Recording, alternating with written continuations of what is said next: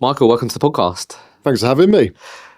Lovely to meet you in person. We've got to know each other for a little while. I know you also listen to the podcast yourself, so might feel a tad strange being on the other side, actually sitting in the seat, going through this together.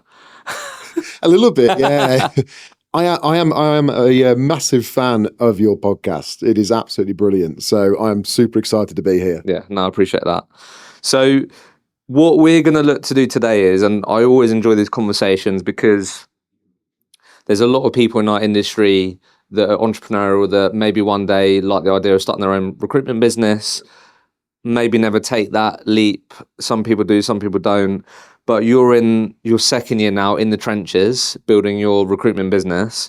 But you're someone that took that leap of faith, starting your own business after working for an organization. So the goal here really is to really talk about what we think we did really well in year one, getting to know you. And I've said this to you, what I really commend about you and how you've approached things is you've been really intentional about where you want to be, where you want to go, and getting to know your business. Your actions have matched up with that. So we're going to talk about what that looks like, and then some of the things that you're now doubling down on in the second year. So to give everyone a bit of context, so year one of your business, solo founder, you partnered with Recruit Hub to launch this business, 700k net fee income in year one.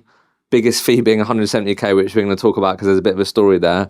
But within that also you built a contract book and started to build that as well, which I think is unbelievable to achieve that solo. And then year two on track to do 1.5 million GP, building this contract book up to circa 10 contract runners.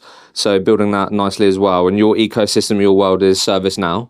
Yep. And you're going to look to finish as a team of 6, added a couple of people to the team that are now on the journey with you. So we're really going to get into the detail of how we've gone about that, because I know, getting to know you, a lot of this stuff is intentional. And if we had a chat before you launched this business, I would have heard some of the things that you've achieved. Where I wanted to start, so I picked this up when I have been getting to know you, is something quite quickly you said to me around like being different, and we'll always hear that. You've spent time and been in the rooms of other founders, whether that be Recruit Hub events, listen to the podcast. I think a lot of people say that. So I think what would be quite cool to start is like what that looks like for you, and just to try and go into a bit of detail around that, because I think sometimes it might even be just delivering a better service, but what does that actually look like? Because I feel like something that you really communicate outwardly is this like top 3% thing. I don't know if that's part of it. Yeah. But let's sort of start there, because I know that's something that you really want to pride yourselves on, is being different. And let's start with like for you, what that looked like, what really inspired that. Yeah, absolutely. Yeah. So when I started a business, I probably planned it for 12 months in the background, working weekends, working evenings. My business plan was like 40 pages long. It sounds mad now, but I basically researched absolutely everything. And I absolutely obsessed over my go-to-market, because I had a bit of a fear of around like, why would a company use me, this brand new company, rather than the same staffing company that they've used for 10 years? So I took ages over it in terms of kind of what IT product I would focus on and why. But then also what makes me stand out and what makes me different. It can't just be that I've got 15 years recruitment experience, that I'm a niche expert. Everybody says that. That is such a powerful question to ask yourself. Like, why would someone, this no doubt will continue to evolve. What did you land on then? Like, what would have been some of the things that we would have seen in this 40-page business plan? Like, what did you land on that really made you feel like that's why someone's going to choose me over somebody else? Yeah, so I basically stopped and looked at my competitors, basically. You know, what are they doing well? What are the gaps? I know, typically speaking, within the US IT market, that recruitment companies have a bad reputation. They hire fairly junior people. They are sloppy on the phone. They send irrelevant resumes. They spam people non-stop. So right from the get-go, I said, right, I'm going to have high quality. I'm really focused on everything I do will be an elite bespoke service to my customers. So of course I'm going to have a niche. I'm going to hire experienced people initially, and it's going to be high quality. Then when I actually started recruiting the market again, there was a big problem in the US IT market around fake candidates. Really? You might have heard about it. Oh yeah, like proper scam. Really? It's wild. Yeah. In what give me in what context? So a really extreme example is that somebody in the US is fronting the business, right? Okay. And they will go and interview with a bank. And they, of course, get the job because they are communicate great, they're great at their job. And then once they get the job, they then outsource it to somebody in India, for example, and somebody in India is doing the work at of course, a fraction of the price. And then the company finds out eventually the company's been scammed. It is an absolute disaster. Oh my God. So that actually happened to me a few times in my previous job, where we did everything you can think of in terms of video calls, got to know them, and then the client calls up and says, "Sorry, Michael, this is not the person I interviewed." Oh my God. That's the extreme. Okay. The less extreme is that candidates are trying to play the market where they know what's hot. They don't have the skill set, but they portray that they do. I mean, and obviously now like ChatGPT, for example, they will use it to go and basically pass the interview. So they will say that they have this really niche experience and give real life examples of it, fool the interviewer, and they get hired. And inside 6 weeks, 12 weeks of being there, the client's like, "Michael, this person can't do this skill set. Well, what's going on?" So it's a huge problem. So I'm basically here to go and fix that problem. Okay. So Unico is now designed and set up to say to our clients, "Look, we know that this is a problem. Have you been affected by it?" And 95% of the time they go, "Yes, a lot." So great, well, we're here to fix it. So we generally bring our clients the top 3% of IT candidates within the ecosystem. And the way we do that is by doing in-depth candidate screens. So we do communication testing, cultural fit, background checks, references. We get technical questions from the clients. We test their consulting ability. And I would honestly say about 70% of our candidates actually come from referrals. We're not there just surfing, LinkedIn and scouring projects and sending emails.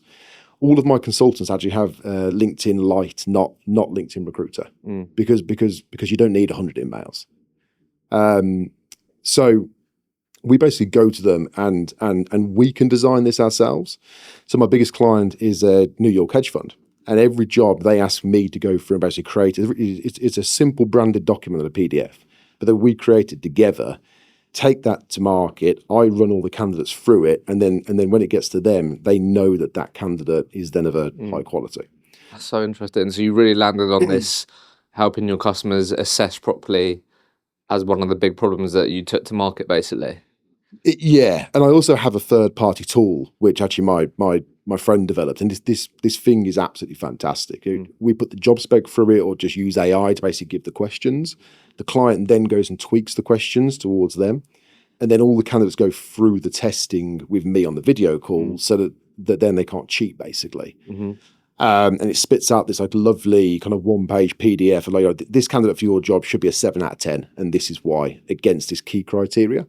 So clients get the option between if they want to do a Michael Green manual effect, or they want to use the kind of online version. I'd say the split's like 50-50 between what they choose. What's the 3% part? Why is it top 3%? Not top what? Because you normally say top 1%, don't you? Yeah, you do. I get this quite a bit of how do you quantify the top 3% of the ServiceNow market, right? And technically you could go and run a search and say, well, there's 100,000 candidates in the US, and then the top 3% of these 3,000, and it's more about that if they pass our screening, they would qualify as a top candidate. Yeah, I got you, Fal. I've never actually had a client ask me that. I've had many recruiters reach out to me and say, "You're chatting a load of waffle. What's this top 3% all about?" But when I first tested it out, my theory around this, never forget it. My first client pitch, and they absolutely loved it. Really? They bit my hand off. What do you think they loved? The like, because was you selling like, we're going to help you assess candidates properly? You're going to be a lot more confident you're going to get the top people. you're going to be confident that it isn't going to be someone that is a hoax and is the fake part that you said obviously a bit of an extreme. Yeah. So is it all that you think there's really buying into versus we'll get you I don't know how it works, a ServiceNow data architect. I don't know a job title, but Yeah. rather than you leading with that, is that what you're sort of saying or what you saw firsthand? So it's basically solution selling, right? I'm finding out what the pain point is. I know what it is roughly because every client has the same problem within US IT, and I basically address it with them straight off the bat and say, look, what is your problems at the moment? What's your pain points? And they talk about skill sets. Say, well, what about fake candidates? And probably 90% of the time they go, yes, we got burnt last week on it. So, great. Well, I'm here to fix it for you. And this is how. And they go, Michael, this is amazing. And then from there, we've signed retainers. We do deposits, $1,000 deposits all the time. Worst case, some jobs are exclusive contingent, but that's fine because we charge a higher rate for exclusive contingent. I'll happily take 25% all day long for an exclusive job because I know that I'll fill it. And so do you feel like you really ended up landing on that because you really asked that? And I think it sounds really simple, but I think it's just a really good question to ask yourself when you're launching a business. Like, why would someone use me or use my business over the next firm? So it seems like it all really just stemmed back from thinking about that big question almost. Pretty much, yeah. I mean, I didn't really plan it that way. I had a genuine concern about that. I have to make this a success. My dream was always to start my own staffing company. So I've got one chance at this. I've got one pot of money to fund myself for 12 months. Don't mess it up, basically. So, and I really obsessed over that. There's what is my go to market? What is my ICP? And the final point is just why would they use me? It can't just be I'm just Michael Green with 15 years. I'm a niche expert in ServiceNow. And luckily, it's panned out pretty well so far. Is there anything that you can share that made you? I feel like we spoke about it. So in the past, we did Microsoft AWS. Is that right? In terms of previous job. Yeah. So what were the sort of signals that? Because there might just be some principles here. Is there any signals that we can talk to that made you feel really good about the ServiceNow ecosystem and market? Is there anything that you can share there? Because again, that's been really intentional. I do feel like that's an important part of this business journey, or just any business journey. If they're successful, is they're really intentional with the markets they're choosing and they know why. Yeah. What were the signals that you saw there? Yeah. So the market which you choose and the product is just obviously absolutely key. And loads of founders make the mistake of going just really broad. For example, I'll do AI. I mean, like, it's just so big. Like, how can you say that?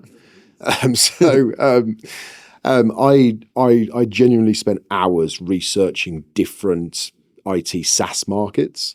So software as a service. And the reason being because they are pretty simple. Like an architect is an architect, a developer is a developer, an admin is an admin. There's no kind of crazy language in there. So I had to start the company with something which I knew that I would get traction with and as high demand and low supply. And I researched probably about 10 of them. And it always came back to ServiceNow. It's just it's arguably the fastest growing SaaS product in the world. They are constantly innovating. They sit on the bleeding edge. So one thing I want Unico to always be within IT is always sitting on the bleeding edge. And that will change over time. It won't always be ServiceNow, right? ServiceNow will definitely have a life cycle. But then what's next? I think that I listened to your podcast with Mark Cohen and he was talking about that he was 10 years sometimes ahead of the curve. So right now, I think ServiceNow is on the bleeding edge because they're doing things which other SaaS products haven't. But eventually, that's going to peter off. Yeah. So now I've now started researching what's next for us, basically. Yeah. Well, just quickly on that, because I think sometimes people may take that as like, almost might view that as like a bit of a distraction, or it's like, how can you entirely control what's going to happen in the future? Like, what? Just quickly on that, like, what does that look like in practice? Is it just on a weekly basis you're being open-minded and curious about what's going on in your ecosystem, your you're getting to know you. You're definitely someone that's curious, that wants to learn. So maybe you're asking people that are senior in the ServiceNow market because you're building relationships with them and speaking to them and asking them smart questions. Learning, you're listening. Yeah. But just what does that look like in practice? Because I also believe like that is a job of a good recruitment leader personally, especially when you have your own business. I do feel like it's something that you should be mindful of versus just be dead set of like, we'll always do this, and then if it doesn't work, we'll just do what we've always done and then hope it turns around. Yeah, it's interesting. So I have every week on a Friday on my calendar an hour blocked off to basically sit and read and research and turn my Slack off, emails off, my phone goes off, and I'm just literally there just researching. But that's not for today. That's not for me to turn around to my team and just pivot and say, right, as of tomorrow, we're doing this. We have a very clear vision, strategy, mission in terms of what we're trying to achieve. I'm really looking for the future. But though within the ServiceNow world, which we're working at the moment, we are sitting on the bleeding edge of that. For example, just this week, we've pulled in a VP of AI job at a brand new partner where they're trying to integrate ServiceNow with an ERP to build AI on top of it. Right. It's mind-boggling. But though that is the bleeding edge. Yes, AI is definitely within ServiceNow, but what they're trying to do with it and the ServiceNow platform is on the bleeding edge. But then other companies will definitely copy them eventually. So then when we've got this candidate pool, we're then going out to our customers saying, look, your competitor's doing this. Have you thought about it? Here's a guy who can help you, or a lady. Yeah, I appreciate you sharing that, because I think sometimes people are just interested in what that looks like. Just because we spoke about it a second ago, just quickly, is there anything else left to share on, particularly for like early stage founders, a consistent, and I'm sure you might have heard this potentially in the Recruit Hub community, it might have come up, but something that seems to be quite difficult in early stages, and I understand why, is like saying no to work, or like those sort of commitment filters, or it just feels different saying no to work when you know that money will hit your business bank account, which is yours company. It just feels a bit different. And then sometimes people can really find themselves just losing time with time wasters, with uncommitted work. You spoke earlier about the type of commitment you get from your customers. Like, did it always look like, was it a bit of a journey for you? Or I don't know, is there anything there to share for people? Because that comes up a lot. Yeah. So all of that which you said, I knew because I told my teams that for years previously, and then I started Unico, and I knew in 90 days I had to get some clients on, make some revenue. I had a goal of $100,000 in 90 days, and to me that was just absolutely pivotal because then I kind of proved to myself that then my model works. I can do this. We're off to the races. I made that mistake. I appreciate it being honest. I absolutely kicked myself afterwards as well. So my first couple of deals were great. I got 2 clients on. I made my 100 grand inside 90 days. I think we charged them 20%. It was good, solid positions. My next client, I took on a small Canadian-based partner. Didn't really know a huge amount about the Canadian market, and thought, well, great, I'll do it. It's another client, great. Turns out that recruiting in Canada is very, very difficult. And most of them are actually contractors, not permanent people. And because of the conversion and the low salaries, the fees are absolutely tiny. And the person had paid a deposit. So I absolutely had to fill it, and I did fill them. But it took me like 4 times as long as like a normal search back in America. So it was a really painful What drew lesson. you in then? Just because you knew you backed yourself, you're like, I feel like when you're in that seat, you're so willing to trade time. Like, you just know if you get that opportunity, you will fill it, like you said. Like, I had to fill it. I feel like that's what can draw you in. It's like, I'll chuck all my time at this. I can work evenings, I can work weekends, I'm going to make it happen. Yeah. That's what I feel like you can get drawn into. Well, when you sat there in the seat and you're like, right, I just have to get clients on. I have to bring revenue in the door. And as long as you're not being an idiot with it, you kind of make it work. And I just thought it'd be quick, it'd be easy. I can get it in. It's another client on the board. It's another 20, 30 grand maybe. Turns out to be very, very, very painful. So but since that though, I then put very strict parameters in for myself and also the team now, where now we have a very clear ICP for what we go after. We are very, very picky on the clients which we take on because we want obviously the big revenue, the constant business. We want the big fees. We want to pile 10 contractors into them. So we actually walk away from a lot of business. And those companies are quite shocked when we turn around and say, thank you, but no thank you. We want the really cool companies who are like typically PE backed. They've got a lot of money to spend. They're high growth. They're doing something really unique in the ecosystem because then that allows us to go and attract the top 3%. If I'm calling my unbelievable architects with the same boring job that everybody else is calling them with, they won't take my call anymore. If I'm calling them with something on the bleeding edge and this incredible opportunity and maybe equity's even involved, they're going to pick up Michael Green's call every single time. Yeah, no, it's a really good share. I feel like it is one of those, like someone could probably hear us give that advice 10 times over, but it might be one of those lessons you just have to learn by actually going through it. I feel like. yeah. It was a hard lesson to learn, but we learned it. Yeah. Should we go through, because I think this was a really interesting like choice that you made as well. And I feel like it is one of the great benefits of being part of the Recruit Hub community. Should we talk about this pivot that you made around, like, again, because you're talking about being very intentional with the companies that you work. Obviously, I feel like this is part of the equation as well. Yeah. Do you want to just tell us a bit about, why don't you just share, like, because this came about when you started to hear how other people were doing, maybe like the average placement fees. This wasn't about how everyone was sort of showing off how much money they're making. It was more of like, I guess they were sharing their wins and what was going on. Yeah. Could you tell us a bit about maybe like, I just want to hear like how it made you feel, because I feel like there's a lesson here for people, because sometimes people may feel like this is out of reach, but it's more of a limiting belief. So tell us a bit of a story around the pivot around taking your average fee basically from like 30K to double that. Yeah. This is really the catalyst, which then really pushed me on to do $700,000 of net fee income in my first 12 months.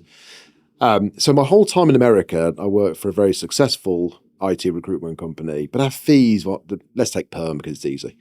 Our perm fees were always about 25 grand on average. Of course, some people did the odd dollars. Deal. Yeah, dollars. Yeah.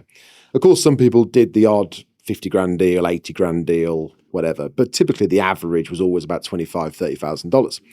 So I started Unico just generally believing that that was what it is within US IT, right? You know, I have the right market, the right niche, and just the fees are about 30 grand.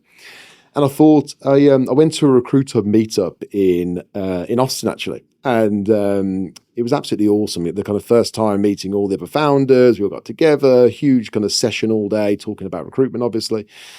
And I sat there feeling really proud of myself for my couple of 30 grand deals. And the people in front of me were all doing like 100 grand deals, 150.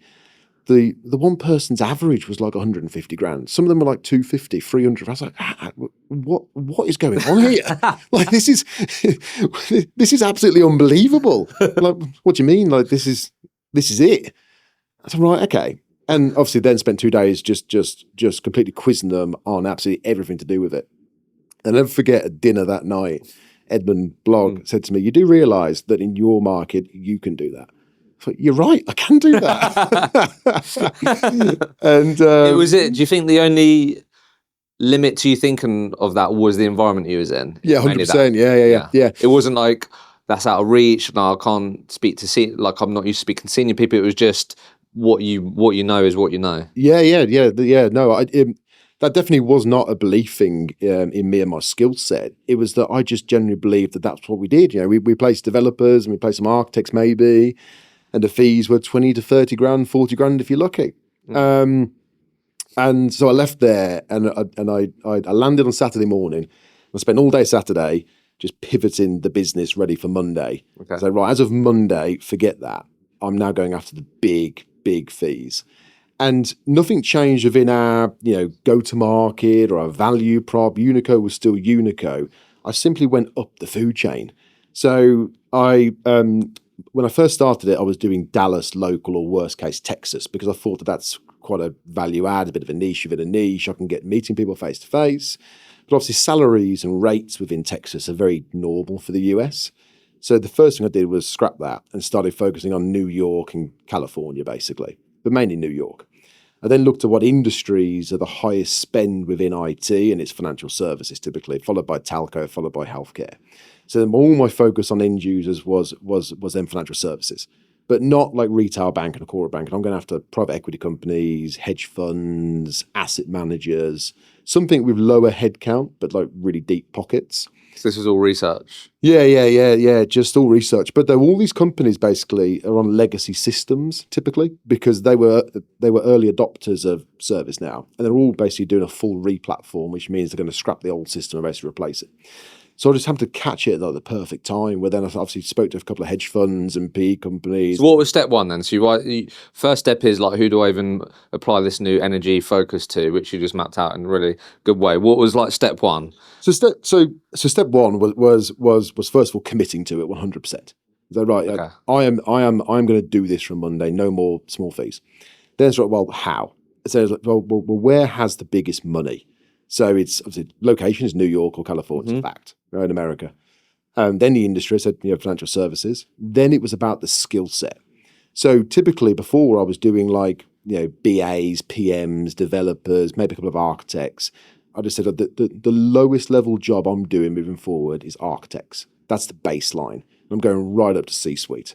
So then my BD strategy shifted where like all I'm going to be BDing and networking through is C-suite and VPs. But my candidates, I'm also going to be networking through VPs and C-suites and flipping the candidate calls into client calls and enter the company that way. Because then the lowest I'll probably fall is an architect. And my fee average in maybe 2 months between contract and perm, but it jumped from about 30 grand average to 60, 70. I'd say it's now about 80 grand. Yeah, that's crazy. Yeah. But the crazy thing is it's far more fun. It's actually easier as long as you back yourself and actually believe yourself, and you can go and speak to senior people. They have to use a headhunter for these jobs. They don't use their TA function. They definitely don't post them on LinkedIn. They can't fill it themselves. And then when you get the job on, the actual candidate pool is tiny. It's like 20 people could do this job. Well, then here's all 20 of them. Just go and poach these 20 people. One of them will say yes. It's not more work. It's just it's really just a skill and belief. Can we just sort of double click on this for a sec? You've broken that down really well. So I just want to ask you a question or two about it, because this is something that has come up quite a bit now, if I'm honest, which is this speak to senior people in the market and then flipping them into people that you could work with. Yeah. So, you said, right, now I know who I need to approach. I'm going to go top down. Mm-hmm. Why would they give you time? I just want to hear your take on that. So if you're reaching out to them, you haven't got a job, you haven't got a track record of placing VPs, what was in it for them? How do they know that? Okay. So one, they're not going to know that, but what was we leading with? Why would they give you time? So I know exactly what I'm going after, and obviously who I'm going after. Mm-hmm. The rest of it is just noise. I basically just blank it out. And then when I target these people, I'm either leaving them a really well thought out voice note on LinkedIn, which is a game changer. Yeah. And I'm not pitching them a job. I'm not even pitching them a candidate for a BD. I'm just leaving it completely open. And I say, I've got a great idea of how you and I can work together. Let me know when you can speak. I reckon that my return rate on that's about 70%. Really? And these guys are CTOs, VPs, directors, chief architects, and of course I headhunt them. So when I started my career 15 years ago, LinkedIn didn't even exist. It was all about headhunting people at their desk at work. Mm-hmm. So I'm pretty experienced in doing it, and that's really effective. And how are we approaching these calls then? So I'll come back to you and go, yeah, Michael, sounds like a good idea. Let's connect, let's arrange a time to speak. Yeah. What's the goal of that conversation then? So when I'm first calling them, I'm calling them as a specialist headhunter on niche IT, senior positions. Let's get to know each other, basically. I then break it down in terms of on the actual call and meeting, I break down in terms of who I am, why they should speak to me, and then I'm basically going into real depth and detail about them and their background. That gives me credibility straight away. I get to know them, what they want to do, but then it's not about me just pitching them a job. I then go, right, where do you want to work? My job now is now to take you out to market and go to the top 10 hedge funds or the top 10 IT partners in the US and go and position you at those companies. Who do you know at those companies? They're basically doing the BD for me. And then I leave the call with everything I need to know about this senior person and what the action plan is. They feel really good about it because someone spent 30, 40 minutes actually getting to know them properly. And then at the end of it, I simply say, can I just flip my recruitment hat for 30 seconds? You mentioned that you're leading a team of 30 people. What's your pain point at the moment in terms of hiring? Okay. And 90% of the time they go, oh yeah, great idea. I'm actually hiring for this architect. And obviously by then, the person, they like you, hopefully. You sound really credible. They know how good you are because I've just spent 30 minutes going through them in detail. And yeah, absolutely, Michael. Yeah, and these people are so senior that they can just call up their TA function and say, "Put Michael Green on the vendor list. He's now working our chief architect job." Thank you very much. Two things. Yeah. One, how different is that call if like they're not actively looking or want to work for another business? 90% of our people are not actively looking. So like obviously you're not going to. Okay, so why would they be like, yeah, I want to work for this company? Like, I'm going to take you to market. Surely they don't want that. So all we say to them at that point is, so earlier in the call, we basically drilled into what they like about their job, what they don't like about their job. If they could wave a magic wand and just change it tomorrow, anything they want, what would that look like? We're basically working towards the point of them saying, actually, yes, I could do better. Or actually, yes, I am open-minded to this. Great. What companies in your career have you admired? Which ones would you love to go and work at? And it's actually, I've always wanted to go and work at this major bank. Great. Who do you know there? I actually met Joe Bloggs at the local conference in New York. Great. You got his phone number? Yeah, I do actually. Yeah. Like it's, Okay. I promise you, it really isn't that hard. But people have to be trained to do it, practice it. You've got to commit to it, right?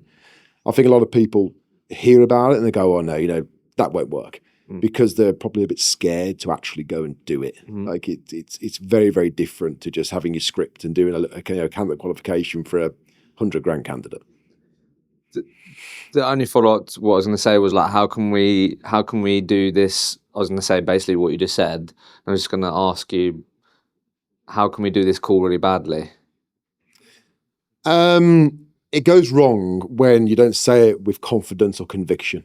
So if you're going through and you sound very uncertain and maybe you're stuttering and spluttering a little bit, and this person's going to kind of put the phone down pretty quick. If you say anything with enough confidence and conviction, they believe it. So can we achieve all of this without leading with a fake job? We're never leading with a fake job. So you can't. That was my question, just because I'm sure you've heard of Yeah. Like a lot of that happens in this. That's what basically a lot of people just do. Yeah. Is it rather than being honest and transparent and say, do you mind if I just flip my recruitment hat on a sec? Yeah, 100%. Rather than they just try and get a bite from you to say, I've got this VP of X role, and they go, actually, later down the process, it's not the case. But it was never true in the first place. Yeah, so kind of going back a step further from about starting Unico, part of my thing about doing it different is that we have complete honesty and transparency in the things we do. So I'm never calling these people trying to pitch a fake job. I don't believe in that. Because I'm lying to them, right? That is fake. All we have in this market is our reputation, right? And credibility is absolutely key. All I'm doing is calling them saying, I'm a headhunter specializing in this.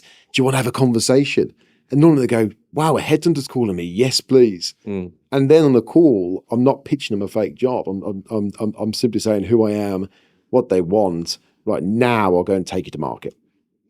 Yeah, I just wanted to ask you that because I feel like a lot of people may believe that in order to have those types of conversations, they have to be leading with a job or something to talk to them about. Yeah. So that's why I just wanted to ask you that, because I just can't see in the long term that being a strategy that pays off. Like, you might in the short term get some really big wins, make money, but like you said, all you have is your reputation.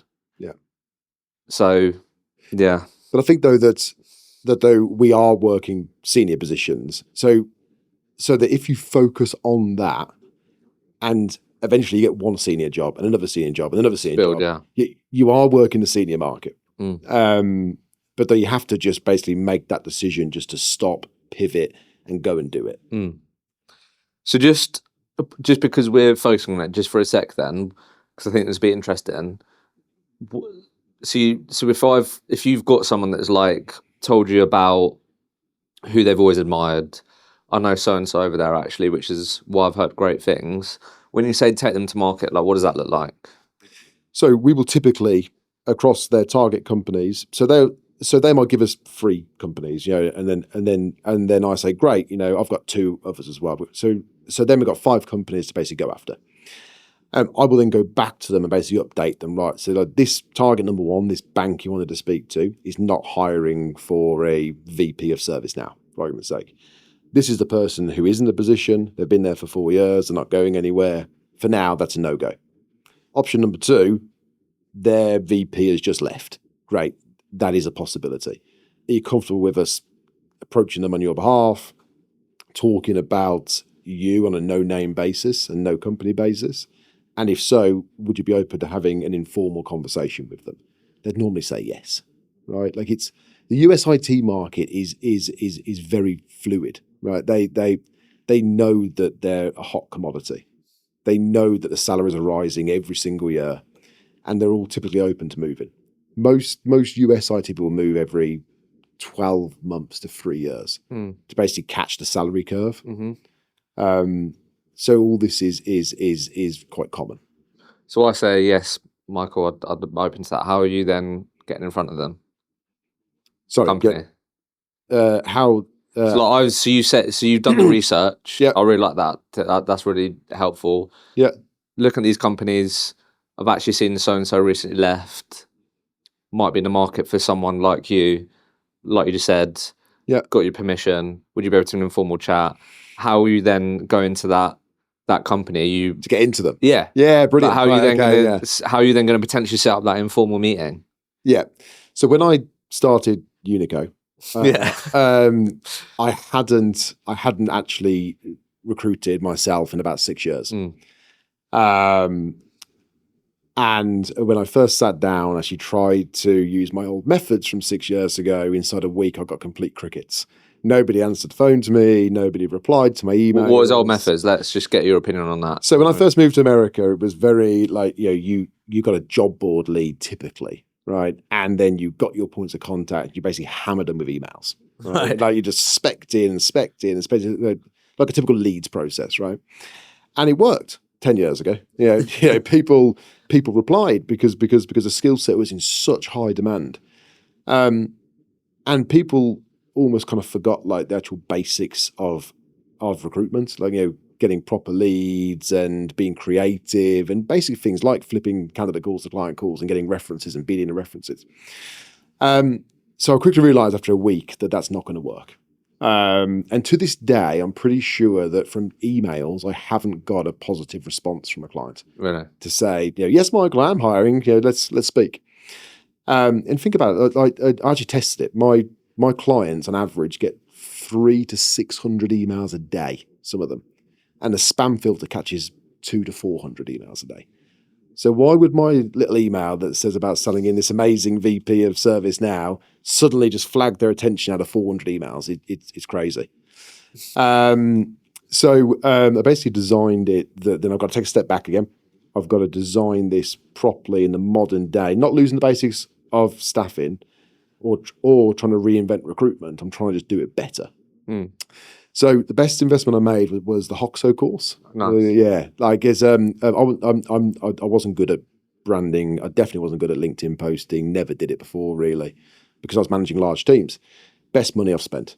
I basically used that as the cornerstone of my BD strategy, and I layered in like typical contract BD strategy, and that's what's kind of formed our BD plan. So back to your question about the point of contact, I would obviously connect with them if not already. Once I connect with them, I'm voice noting them every day. Every day I'm looking at my new connections and voice noting senior people.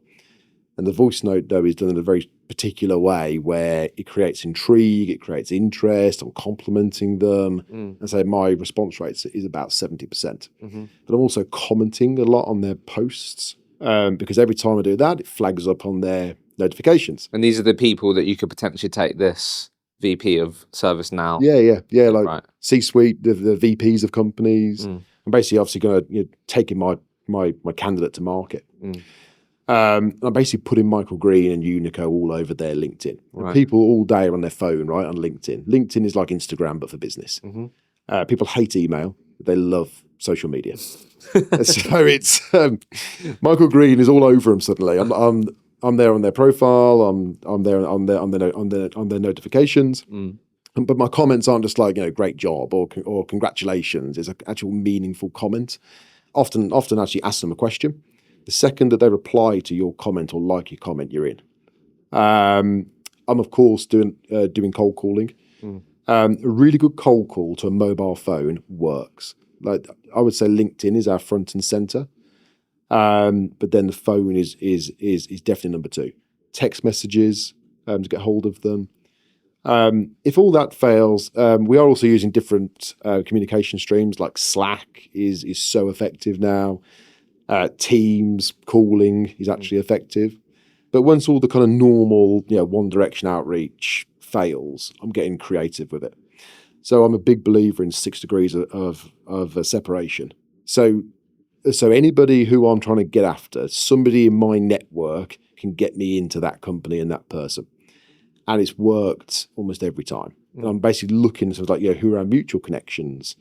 Who do I know at the company? Who used to work at the company? Who was a contractor at the company? Who we know? Because it's all within ServiceNow, right? Or worst case, the SaaS products in there. So somebody can get me in there, and somebody can make an intro for me. The second you get an intro, it gives you immediate credibility. Our sales collateral is absolutely fantastic, and I've got probably like 30 proper detailed recommendations from like VPs of companies who are saying that Michael Green is absolutely amazing. So once I start using that as well, it gives me credibility. Reference calling, flipping the candidate calls that we spoke about. I'm basically using any way I can to basically get into that company that isn't just me hammering them non-stop with emails. Yeah, nice. That's a really good picture. The other part there, besides what channel they're using and stuff, is just the amount of like follow up in it, not being one voice note or two voice notes and then that being it. Like Michael, I've tried to get our VP of service now in front of that company, and then when you say, what have you done so far? It's just one email and one LinkedIn voice note. I think that's the other part to take there, is just the reality of it, of like how many different points of potential trying to contact them it just takes in today's world. Yeah. But though there is a fine line with that as well. It's like there is anybody I speak to and they say about recruitment, they say, I hate it because I get hammered every day by multiple different channels. For example, some clients say to me, well, Michael, some recruiters in the same day call me, text me, LinkedIn message me, Slack me multiple times. Like, it's just crazy. So yeah, you're right, it is. So we just basically knock it down a peg and we just space it out across multiple days. I feel like just to round this out then, I have to ask, because people might get annoyed at me if I don't. Give us a flavour of this voice note. You surely expected that. We don't need a full script. Like, just give me a bit of a flavour, like, because you said that's been... You probably said it a bit earlier, but like, does that sound a bit different if you've actually got someone to speak to them about? Or are you sort of making them curious about someone? I'll tell you what. I will give you the basic structure. Okay, like the overview. Okay. So they will like your comments. They will you're engaged view with your profile. Yeah. They will connect with you, right? So every day I'm going through looking at that, and then when I voice note them, I first of all like some comments and comment on their posts. I then go and do a voice note. So you want to maximize the first minute You've got 60 seconds. Yeah. So, not 15 seconds, 30 seconds. Try and use the whole minute. But I start off just by giving them a compliment. I then start off by saying who I am and obviously what I do. I break down exactly what I do. So, niche ServiceNow and the skill sets I recruit for. And I basically leave it completely open-ended that I've got a great idea for how we can work together. If you have any time this week, please let me know. Well, it's a great idea thing. That's Because curiosity. Exactly, yeah. I'm not there just pitching them a candidate because people hate being sold to. I'm not pitching them a job because then they can say, well, actually, Michael, I'm not looking, so thank you, goodbye. And then if you're showing up after you've looked at their profile, maybe engaged their content, they might have seen some of your content as well. That all helps. Have you, like, real side note there, Noel, have you heard of, because I didn't realise that was so core to your strategy. Do you used a tool called Condo? Have I told you about that? No. Okay, I'll tell you about that after. Yeah. Just because that's been a game changer for me in terms of a tool that basically, because the LinkedIn DMs, it's just messy. But if you're doing, I didn't realize that was really core of your strategy. But with this tool, for example, you can do all the voice notes on your desktop.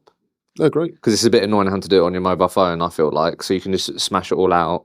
So I'll tell you about that after. I've got a little free month that you could use. So I didn't realize it was so fundamental. Yeah, please do. What I just love about all of that is I just love your willingness to, like, just learn, like, just change, like, that's just what I really like about when you're on this entrepreneurial journey. You can have an idea and you can change things like that. Obviously, your ideas aren't always going to play out, but I do think that is one of the coolest things about having your own business is, like, you had that idea inspired by being part of this community, got home, Saturday, I was like, right, no more 30 grand fees. I know I can do this. And then what you've changed. Yeah. I just think that's, like, one of the coolest things. But again, in your fashion, you've been very intentional about it. You've done the research, you've done all these things. And then now, like you said, as soon as you get one of those searches, what's going to happen? You're going to work your absolute socks off to make it work, be successful. And then once you've got that, then you can just build on it. And it makes future things easier because you can say, I've placed so-and-so, or I've done this, I've got this track record, I've got this testimonial. And then from there. So is there, from your experience then, because your whole world would have been not operating at that level, maybe every now and again with your time at the previous business, like, do you think it's fair to say that there isn't really anything drastically different in terms of the recruitment process, what you do? Because I feel like there will be just some limiting beliefs behind the senior market. You've given us the strategy and what you do, but because you would have experienced so much not doing that end of the market, like, are there any drastic differences? Do you have to get a lot more patient? Things are a bit more slower? I don't know. Like, is there... Yeah, great question. Everything has to be more professional, more polished, like higher quality. Because you're dealing with senior people, experienced people. It does take longer. It is a longer play often, but the fees are like 3 or 4 times the amount. So I'm basically making 3 or 4 fees in one, basically. But the actual process itself doesn't really change. Like, recruitment is recruitment. I mean, obviously, if you're talking about proper retained search, yeah, fine. I would put that in a different bucket. But what I'm talking about is basically doing almost contingent recruitment at the search level with a real, like, elite bespoke service. And I tailor everything towards the individual or towards the company. And it's just everything we do is intended to be at the highest level. And I think kind of looping all this together is that everything we do is with intent and purpose. Like we would never just go calling a random list of people hoping for a win. Like, it has to have intent and purpose. So then when we're doing that with senior people, they know that Michael's serious. Michael's good at his job. He's serious headhunter. He will help me find a new position. Yeah, because I think the other really great thing about then operating in this part of the market, like you said, is then you're going top down. So then if you're meeting these people, you're asking great questions, you're learning what's important to them, you ask them about their career, there's then going to be opportunities, like, in their teams in the future. And, like, if you deliver a great service, then they're going to say, yeah, well, I want to use Michael to grow my team of architects or whatever. So have you experienced some of that in terms of, because I feel like that is then also the other benefit when we go top down. Well, yeah, that's basically the strategy. Yeah, Yeah. we're going right to the top, and then just come down from there. Yeah. I'll give you an example. The amount of introductions I've had, definitely in the last 12 months, is crazy. And these introductions are not just like a developer or something. Like it is MDs of companies and VPs and whatever. And somebody introduced me to like a serious person within the ServiceNow market who knows a lot of people. And he was impressed with Unico's pitch. And he said, I know a lot of people, I'll come back to you. And he came back to me with a lady who is an ex-MD of KPMG, ex-MD of Accenture, and she's now a global VP at a huge partner. And she wants out, basically. Right. And he introduced us on LinkedIn, a great conversation. And now we're trying to place her. And she said, actually, Michael, I'm so glad we are speaking because I've got these 10 jobs within my current company, which I can't fill. I trust you. Can you please help us? Like the whole thing is just connected. Like everything became easier the second I made that pivot. Everything. Yeah. Has it really been one of those things where you're like, why did I not just sort of start this earlier in my career? 100%, yeah. I think that daily about things. Honestly. Really? Yeah. Like starting Unico, I kind of look back now and think, why didn't I do this 5-10 years ago? It's but yeah, you live and you learn. You shared loads around how, like, I think you've done such a great job in breaking all of that down. So let's get into, because the other thing you've been really intentional about is you wanting to grow this business. Let's talk a bit about that. So how did you first, like, what was some of the first steps around, when I've been getting to know you, you've been very intentional about, I want to grow this business and I want to get to that. I think that's step one. I feel like you have to, if you're listening to this and you're a business owner, you have to have clarity on that. And it can't be, I think I should be doing this. I think I should be hiring. I have my own business.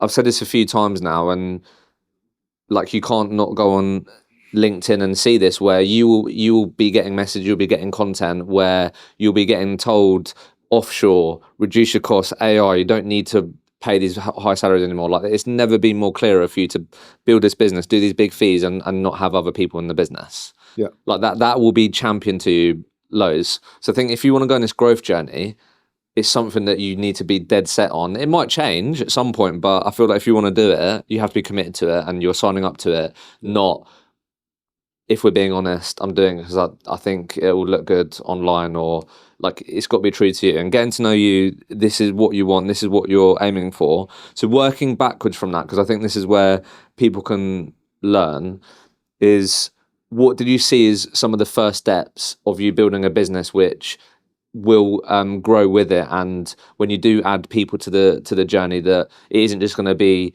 me sitting next to you and we'll figure it out. Like, clearly you've got processes, you've well thought out things, but what were some of those first steps that you think would enable you to grow with hopefully less pains? And talk to us a bit about that. Yeah. So I've been very lucky in my career to have built teams up from scratch. I built 2 or 3 teams, my previous company, from 0 through to 50, and then managed a team of 100, which was already in place.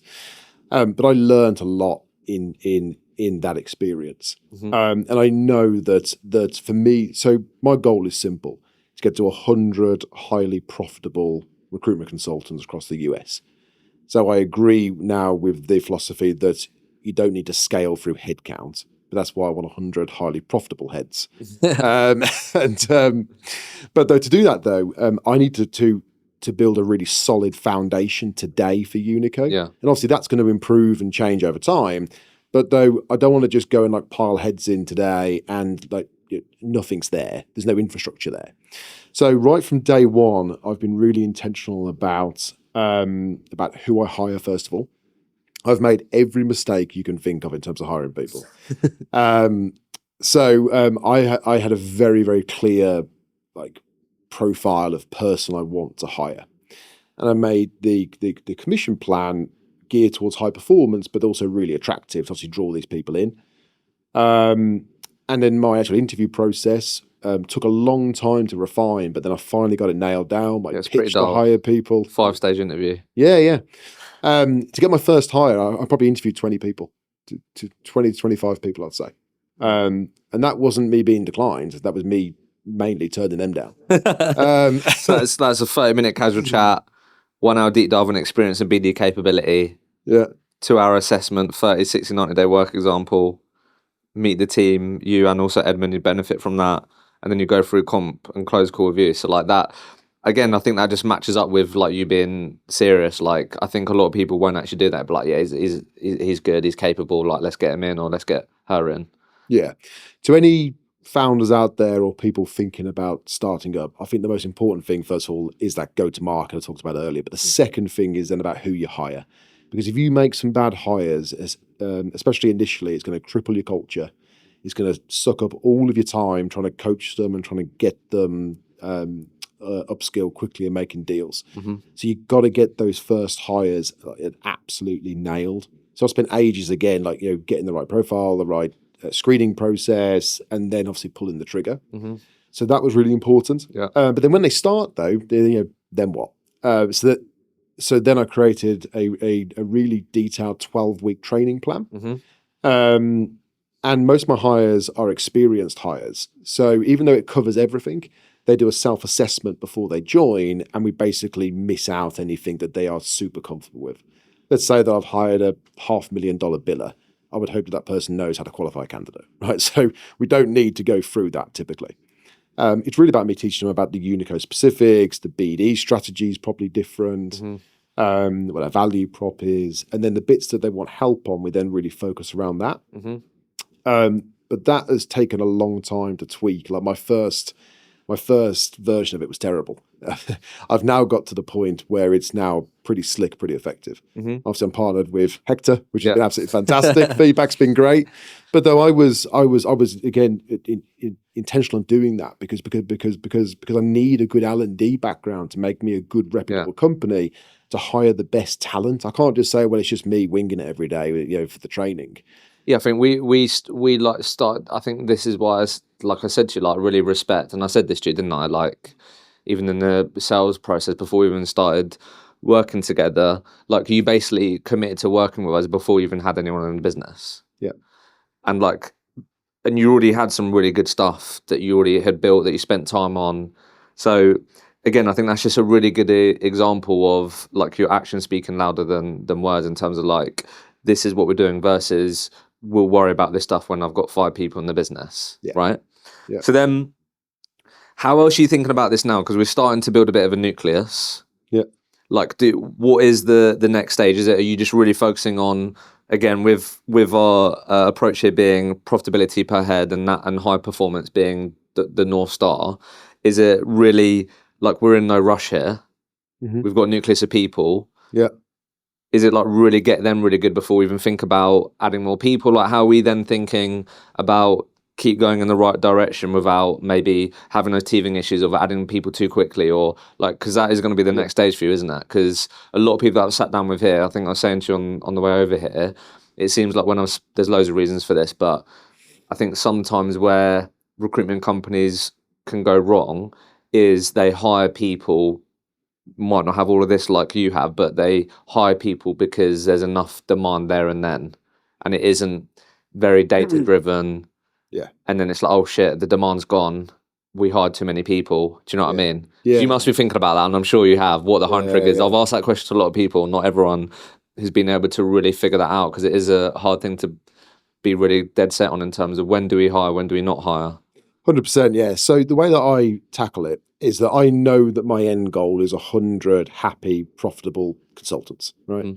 When that doesn't really matter to me, right? Ideally, I want to retire at 50. But though if that extends, it extends, right? But I then do it in 90-day sprints. So, and I will only hire once my current employees are profitable and they're pulling jobs and they're making deals. And then I will still follow my same hiring process as before. So if that takes longer, it takes longer. I'm not in some like mad rush where I have to have 20 heads by this date. I must have 30 by this date. I want to grow and I want to grow quickly, but I have to do it responsibly.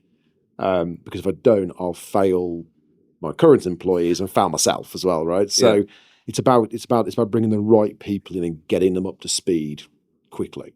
So, for example, between now and the end of 2025, my goal is simply to do 1.5 million of GP and to finish on 6 heads, including me, right? So then I've got one more person to hire, basically. I wanted that person to start on the 29th. It hasn't happened, okay? It will happen mid-October, worst case, start November. But, and then I'll stop hiring. And then all of my attention and focus is on those people, because I don't want to just churn and burn people. I've done that in the past, and it's a horrible, miserable experience for everybody. A lot of time goes into it, a lot of money goes into it. I spent so much time finding the right people and the best people. I've then got to put the time and energy into developing them to be superstars, achieving all of their goals and dreams. So we're going to get all those people upskilled, then bring a new group in, then a new group, and we're going to get to 100 heads. Don't have to give us like the proper particulars. I think what might be helpful is like, how have you, and you still might be figuring this out as you go on this journey, but that 90-day profitability piece, like how have you viewed that? Like what are the sort of milestones? Is it their first 360 deal? Is it, do you know what I mean? What are the sort of milestones there out of interest? Yeah. So I'm hiring people for the long term. And I know that some people take slightly longer than others. And obviously it depends how much experience they've got, what markets they've come from. If you're coming from like a non-IT market, sometimes that change can be massive. So of course we have goals for 90 days. They have a ramp up target, starts fairly low and ramps up to 90 days. And that's basically based on inputs, basically. What I care about is their attitude and their work ethic, and can they get a result? It might not be a deal, but can they get some jobs in, some clients in? I do look for them to do a 360 deal inside 12 weeks. If it doesn't happen though, as long as the actual inputs are there, it's going to happen the next month. Right, but because we're building it for the long term, and I don't want to have a high attrition rate. I want to actually spend the time to get the people upskilled properly. I think that one thing I'm really big on for Unico is putting our people first. So I see a lot of recruitment companies in America who put revenue first, clients second, their people last. And you hear all these horror stories about, comp being slashed and they're treated terribly and there's no training. And well, my philosophy is the opposite. If I put the people first and invest in them, the clients will be happy because they are getting a grade A service. Then the revenue will come after that. Sounds simple, doesn't it? But it's staying disciplined with like the stuff earlier. Interviewing 25 people to get one, and it's everything else, isn't it? It is all the things that add up. I think, like I said, I think that is going to be the hard part now of like staying committed to all of that. How have you approached like finding these people along with everything else? That's hard. That must be hard. Yeah, it is. Have you ended up going down the rec to rec route, or have you leveraged? Yeah. So when I started Unico, I said, well, I'm a great recruiter. I can find these people. It turns out that finding really good recruitment people is really hard. It almost feels like a different type of recruitment to what I do. But it's also really time intensive. So That's what I was thinking with everything else you've done. Yeah, so I basically took the plunge and said, right, I will get a rec to rec, because by the time I save, so I pay them $12,000, $15,000, say. By the time I save, I could make $50,000 or $100,000. So I'm netting out 85 grand, right? So it's, for me, that is money well spent. But now as I go and transition into 2026, I'm looking to really nail my EVP and my talent acquisition strategy, and maybe I actually hire somebody in to come and do that, or at least part-time. Because it's so time intensive, isn't it? Like to get the 25 interviews, be interested to see what the data is on, like number of LinkedIn messages, number of calls to get those 25 interviews. Probably quite a lot. Yeah, exactly. Yeah, but though I've also found though by using a rec to rec, I can really hold them accountable and really grill them on their candidate and why they're good. And if I'm not sure, I can kind of bounce ideas back and forwards. And to be fair to them, they've done a great job where sometimes I've actually declined somebody and they've actually looked into it and pushed back, and I've actually ended up hiring one or two of them, right? And they're turning out absolutely fantastic. So again, it comes back to just you as a founder and your own thoughts sometimes isn't the best approach. It's a bit like Recruiter. They're kind of sat there, those other founders discussing fees, help me to pivot towards bigger fees. Using this rec to rec, who I really trust, really like, has actually helped me hire two really fantastic people who at first I might have not hired. Yeah, I think again that sort of like respect you for having the humility there to again like be like, actually, you know what, maybe I don't know it all. Let's see if we can get. I don't know it all. But that's the beauty of it, though. Yeah, like I learn best from just talking to as many people as I can and taking their ideas and making it my own. So you're just talking a bit about it there, like to round this out. What is it? Because I know you're in it now, but what is it that you're really staying top of mind with in terms of doubling down on, staying focused with, just really focus on executing, that you feel like is really going to ensure you hitting the 1.5 million goal year two strong? Like, what is it that you're just really staying focused on? Yeah, so bearing any disaster, we will hit 1.5 million this year. The pipeline's there. I will definitely get my final person hired. All the people who I have hired today are doing fantastic. It's really now looking forward to 2026. So I'll be back in England, spending time business planning for 2026. But I know that our go-to-market now and our value prop is absolutely nailed on. We are getting a lot of business. We're actually turning some business away. We're on track. So what I'm going to look to double down on is I need to get a coach personally. That's going to really, really push me on to be the best which I can be. I need like operational support. So start with a VA maybe and go from there. But I'm really looking to double down on our talent acquisition strategy, bring in the best people as and when I need them. I need to keep the pipeline constant because it is so hard. Yeah, you can't stop, can you? It is hard. Like you obviously got to be sensible and make sure you then actually go ahead and hire these people at the right time. But I feel like, as we said, it can be so hard. It's just something that you got to consistently be doing, isn't it? Yeah. I'm going to double down on our training and our sales playbook. So I've got the framework. It just needs to be really kind of honed in. So then one day I can give it to one of our new employees and it just clicks and makes sense. Of course, they need training still and developing, but that playbook for me is really important. And I've mentioned earlier what kind of really kick-started Unico was the Hoxo course. So I'm now going to double down on marketing. Like, how do I take my LinkedIn posts, which I get loads of inbound leads from, I get loads of impressions and engagements, but how do I now go and take that to the next level? And I'm really focused around that as well. So I think between the right go-to-market, hiring the right people, and layering in some of these bigger factors like marketing and the sales playbook and the coaching, we can really push on in 2026. Sounds like you got your 2026 plan already then. Sounds like we're getting there bit by bit.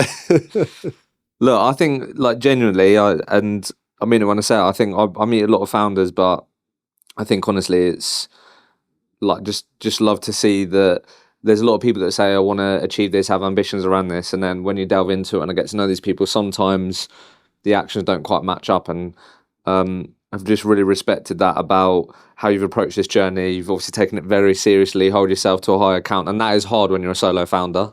Like it just is. There's no one. I know you've got the Recruit Hub community where I'm sure sometimes it motivates you when you see these other people putting in the deals. It's like, hang on a minute, why can't I do that?